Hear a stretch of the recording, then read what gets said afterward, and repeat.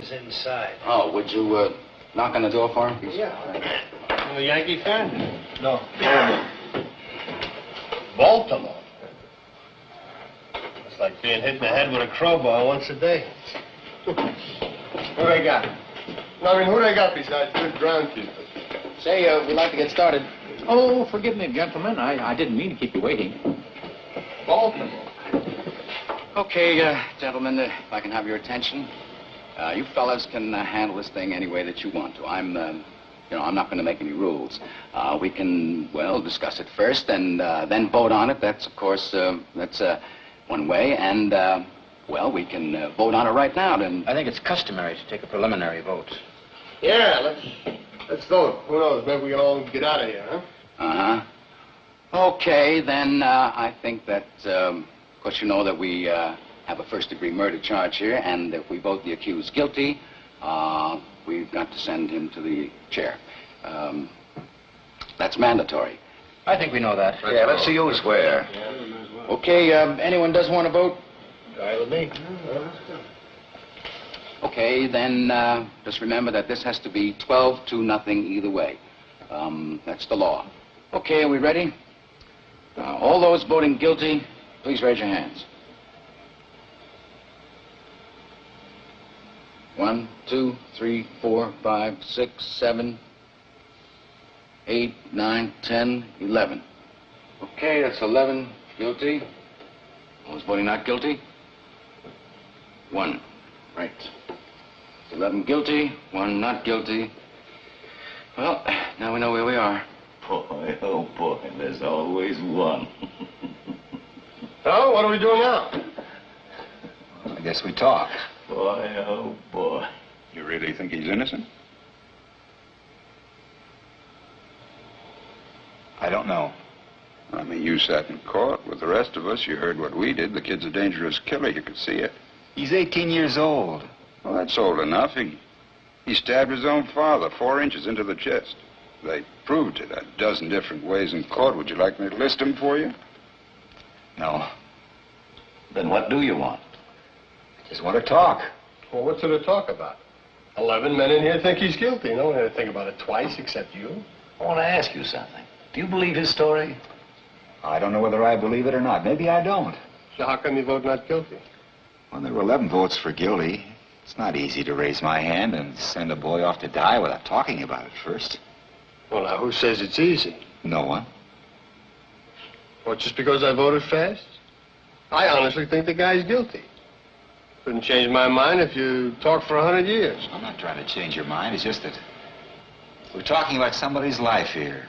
We can't decide it in 5 minutes, supposing we're wrong. Supposing we're wrong. Supposing this whole building should fall down on my head. You can suppose anything. That's right. Look, what's the difference how long it takes? Suppose we do it in 5 minutes, so what? Let's take an hour. Ball game doesn't start till 8 o'clock.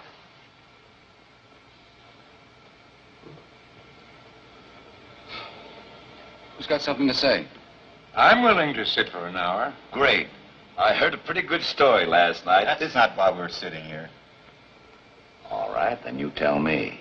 What are we sitting here for? I don't know, maybe no reason. Look, this kid's been kicked around all of his life. You know, born in a slum, mother dead since he was 9. He lived for a year and a half in an orphanage when his father was serving a jail term for forgery. It's not a very happy beginning. He's a wild, angry kid. That's all he's ever been. And you know why? Because he's been hit on the head by somebody once a day, every day. He's had a pretty miserable 18 years. I just think we owe him a few words, that's all. I don't mind telling you this, mister. We don't owe him a thing. He got a fair trial, didn't he? What do you think that trial cost? He's lucky he got it. Know what I mean? No. Now, look, we're all grown-ups in here. We heard the facts, didn't we? You're not going to tell me that we're supposed to believe this kid knowing what he is? Listen, I've lived among them all my life. You can't believe a word they say. You know that. I mean, they're born liars. Only an ignorant man can believe that. Now, listen. Do you think you were born with a monopoly on the truth? I think certain things should be pointed out to this man. Come on, this isn't Sunday. We don't need a sermon. Come on, we have a job to do now. Let's do it. Rice Pops. It's a product I work on at the agency. Breakfast with a built-in bounce? I wrote that line. Very catchy. Yeah. Say, do you mind? Oh, I'm sorry. I have this habit of doodling. It keeps me thinking clearly. Yeah, we have all this work to do. There's no point staying here forever. Okay. Now, perhaps if the gentleman down there who's disagreeing with us, well, perhaps you could tell us why. You know, let us know what you're thinking, and we might be able to show you where you're mixed up. Well, look, maybe this is an idea. Now, I haven't given it much thought, but it seems to me that it's up to the group of us to convince this gentleman that he's wrong and we're right. Now, maybe if we each took a couple of minutes just to... Well, it was just a quick idea. No. That's a good one. Suppose we go once around the table. I guess you're first. Well, it's hard to put into words. I just think he's guilty. I thought it was obvious from the word go.